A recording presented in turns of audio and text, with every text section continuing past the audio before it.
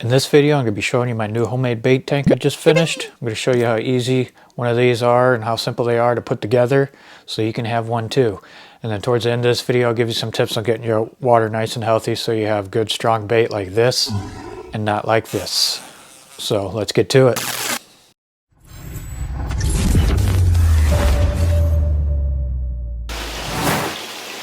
Alright, so here's my bait tank up and running. Kind of go over it. I'll show you everything and explain everything to you, but I just want to show it to you running. I got the bubbler turned off right now because it's kind of loud, but there's a bubbler in there. Just kind of runs up to, this is a homemade filtration box I made. I'll go over all that with you. Okay, so the first thing you're going to want to do is get you a tank of some sort. I got mine on Marketplace. It seemed to be the best place to get it, cheapest price. Was on Facebook Marketplace. This here I went with a IBC tote. It is a 330 gallon food grade. You'll see food grade and non-food grade. I went with the food grade just to be safe. It costs a little bit more, but I wasn't sure how the fish would do with, you know, if it had chemicals or anything in it. I didn't want to take that chance. And then once you get your tote, you got to decide on how you're going to want to cut this thing. This tote came like this. You got to find how you want to cut it. So I cut mine like this just for like camera views and stuff for the YouTube to see in there and easy access, but I kind of lose some gallons by cutting it this way. If you want more gallons, you'd want to cut through the top, make a lid or whatever, and you just have access through the top. This is how I cut mine, and once you get it cut open, you can clean it out. I just used a garden hose, sprayed it out, add a little bit of vinegar and kind of scrub the sides, sprayed it out, and that was pretty much good to go. If you get one of these, just make sure it's got like the cage around it like this, because I think when it fills up, it expands out, so you just want to make sure your cage is on there. I just used a Sawzall to cut the part of the cage I needed out in the tank, and then this is my opening. So this is the starting point. I'm going to kind of take this apart and show you the parts inside there, so let's get in there. Alright, so here's a view of what it kind of looks like all put together. This is what will be sitting inside the tank. You got your pump there, and the PVC runs up, elbow, and then there's your little spray bar here that you drill holes in to make. So here's the pump. I have the box here. It is actually just a cheaper Harbor Freight pump, Creekstone pump. I got it picked up Harbor Freight. Seems to be doing the job. I mean, there's better pumps you can get, but this is just kind of beginner stage, I guess you could say, of pumps. So this should work fine. Here it is right here. After pulling it out of the tank, it's a see 2,500 gallon per hour, and you want your tank however many gallons to cycle at least 2 or 3 times. So this is plenty. So I went with this one, and it actually shows on the box how high up you go on and how much gallons per hour, because the higher up it needs to go, the less it does. So just kind of check with that. Mine's about 4 foot, so this was plenty for pumping up 4 foot. So it just kind of goes from here. It comes with attachments to screw on there, but I just went with these PVC attachment. It screws onto there. I just got this at your local hardware store. I'll have links in the descriptions for some of this stuff. And then I just went from that to this. This is parts I actually had laying around the house. I think there's better connections than this. I think you wouldn't even need this, but this is what I had at the house. Plug right into there like so. So we're going to go ahead and start putting it back together. And the last thing I did here, this is just a cheap little basket that I made. I just kind of put it over that, and that will help.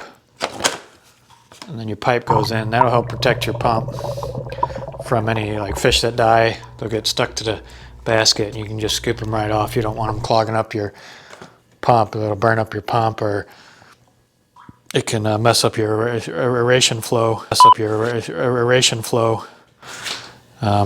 So you don't want that. All right, so there's the empty tank. Let's start putting her back together. So we got our pump here. We're gonna drop it down in there. keep it in the center of the tank. So we got the pump down in there. I'm gonna add my little basket over it here.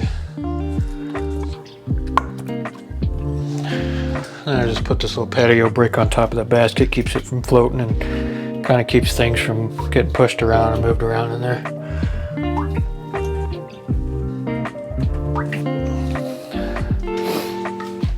Okay. Now we're gonna slide our PVC pipe down the center, right into that sleeve to the pump.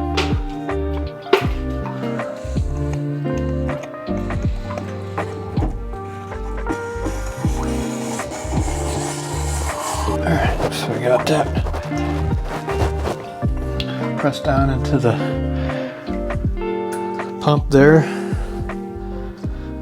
So when you're doing it, you're going to be having to set your pipe there and leave it long and measure where you're going to want to cut it at.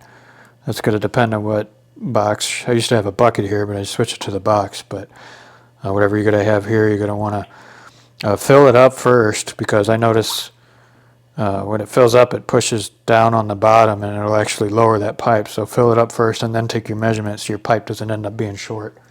So you measure, cut that off, put your elbow on there, and then you'll come off to that spray bar there. I'll show you that, which I showed you earlier. It's just a more 1.5 inch pipe, and then I just drill the straight line of holes down in through that, and then just put this end cap on there. And then it'll make your spray bar. The reason why you don't want just water dumping in from there, that spray bar will actually make bubbles. It'll give you more action, plus it spreads out across that filter and filters it out better, as opposed to just dumping in one area. So that's why it's better off going with the spray bar. You can see the oxygen that it makes in those bubbles. Alright, so we got our pump in, we got our plumbing up, our PVC pipe up. It's in there. This is the box that it goes into. I just cut a hole or a groove in that one side for the 1.5 inch pipe to go through. Just be kind of careful. Make sure it's a heavy duty tote or bucket, whatever you use. And then when you go to cut, just careful when you're cutting, or if you're using a hole saw or jigsaw, whatever, it can crack it. So just kind of be careful with it. All right, you got your plumbing in. It's all cut. It's on in here. This is going to be your filtration, your media you put in there. I'll show you what that looks like inside of there. So if you can see in there, that's just lava rocks I added to the bottom. A couple inches of lava rocks. This is an old filter I already had laying around the house. I cut it to fit in there. I have a koi pond out in the backyard, so I already had this. If you have something like that, you can add that. It's not real necessary. You can get these. These are just cheap scrubbies. I just found these. They were sold out the other day when I was building this, so I'm going to add these in. Just throw these in there. These are bio balls. Like I said, I have a pond out back. I already had these. They're a little pricey compared to what you can, those scrubbies. They serve the same purpose. These will filter, and it gives something for your bacteria to establish on. So you'll just add that in there. I'm going to go ahead and add these real quick since I just got them. And then after that, all you're going to do is add in, this is the stuffing that comes from pillows and stuff you get at Walmart. You can just buy the stuffing at Walmart or wherever, online, Amazon. But that's all it is that stuffing they put inside of pillows. And I had an old pillow that I just tore open, and that's where I got this from. So you just got to stuff all that in there. Just cheap filter, can't beat that. I'll show you the holes I drilled in the bottom of this. It's just simple. I just drilled the drill bit holes through the bottom of it. Again, carefully so you don't crack it. I'll show you what that looks like underneath.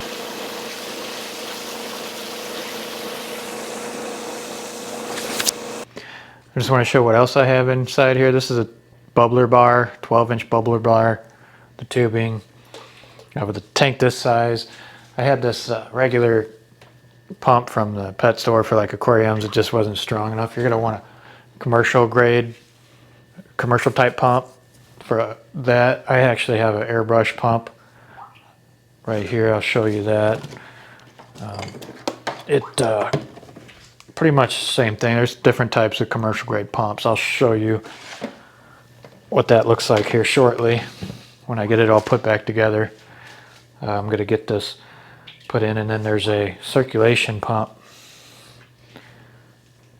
right there, and that causes the water to kind of run in a circle that puts all the debris towards the center. It gives them shad some current there.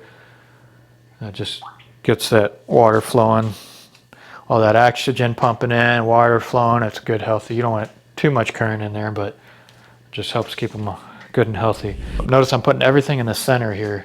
The plumbing, because those shad like to go in circles around the edges. You don't want any wires or anything in the way for them to bump into that can harm them. So I'm gonna go ahead and zip tie all my wires from the pump and the tubing from the aerator to that, so there's nothing around the edges. It all goes right up in the center. All right, so if you can see that, got my bubbler bar zip tied, got the hose zip tied to that, the wire running from the pump zip tied, so everything's nice and tucked in the center. The circulation pump, it's just off to the side at the surface there, so it doesn't seem to affect them as much. So that just kind of points. You'll have to play with that, get it in directions where it starts getting that water moving. So all right, that's all hooked up now. I'm gonna plug her up and you can watch the magic happen.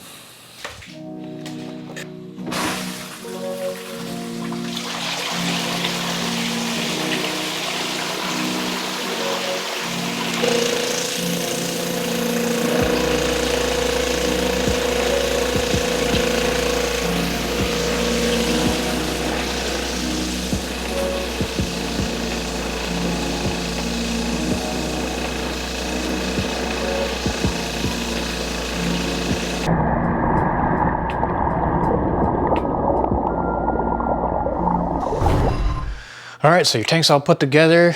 You got it filled up with water. Now it's the fun part, adding the bait. But before you do that, you're gonna wanna make sure your water's safe for them. Mine's just tap water straight from the hose I filled it up with.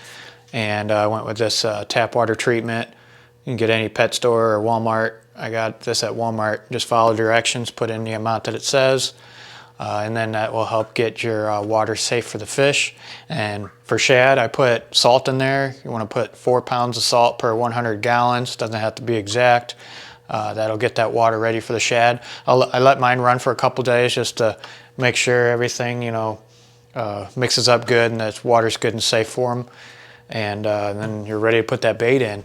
And here's a few tips on your bait. Is your shad need bacteria. So a new tank usually isn't the healthiest for them. You're gonna have to get this tank running for a little while. You're gonna have to sacrifice some bait. So what I did is I just put a few dozen or a couple dozen in there at first, depending on what size they are. Add them in there and just let it run. You're probably gonna lose some bait. They're gonna die. You just get them out of there, add some more in if need be. And what that does is those shad will add that bacteria you need in there. That bacteria, that's why we added those lava rocks and those bio balls and those little scrubbies. Bacteria will grow on that, and that's good beneficial bacteria for those shad. So they'll be adding, they'll make a healthy environment for themselves as they're living in there. So you may go through a couple batches of them in the beginning. So older tank that's been running for a while, had a lot of fish go through, it's actually going to be a healthier tank for them. So get that going and just kind of work with it, take your time with it, be patient, and eventually it should start getting good. That's the basics of it. It can get pretty scientific. Maybe that'll be a video for another time. But that's just where I started out. I got some good healthy bait. These have been in here for a few weeks now, and I've been using some for bait. You can see the water starting to kind of get that coloration, and I wouldn't worry about fighting it, keeping it crystal clear, because I put gizzard shad, they're just dirty fish, so they're just going to make that water dirty. There's things you can add to this. You can play around with it. You can add multiple filters. You can put UV clarifiers in the, I guess in the plumbing it ties in, and that'll kind of help keep your water cleaner and clearer. It's kind of up to you, because it depends on where you keep it out, keep your tank at. Mine's inside here, so I don't have to worry about it, because if you go outside, you're going to want to be under some kind of shade. That sun's really what's going to put a lot of algae in there. A little bit of algae isn't bad, but you don't want to get in crazy with algae, so that sunlight's what's going to do it. I had no shade in my yard, so I decided to put it here in the garage. I got a little bit better control of the temperature with it. And if you're going to put it outside, it probably wouldn't hurt to maybe paint the outside black. That'll kind of help keep the sun rays from getting in there, causing a lot of algae on it. But I think that's pretty much it. That'll get you started and running. All right, so that's my homemade bait tank. Hopefully you can see how simple one of these are to put together. It really didn't take me a whole lot of time or money. And now I've got live bait on the ready. So I have fresh bait, whether I use it live or cut bait. It's good to have fresh bait. I can just throw it in my live well, take it to the river, and I'm good to go. So you too can have bait like that, and I guarantee your catch rate will go up and you'll get into bigger and better fish. So check out this video for some more tips, and we'll see you on the next one.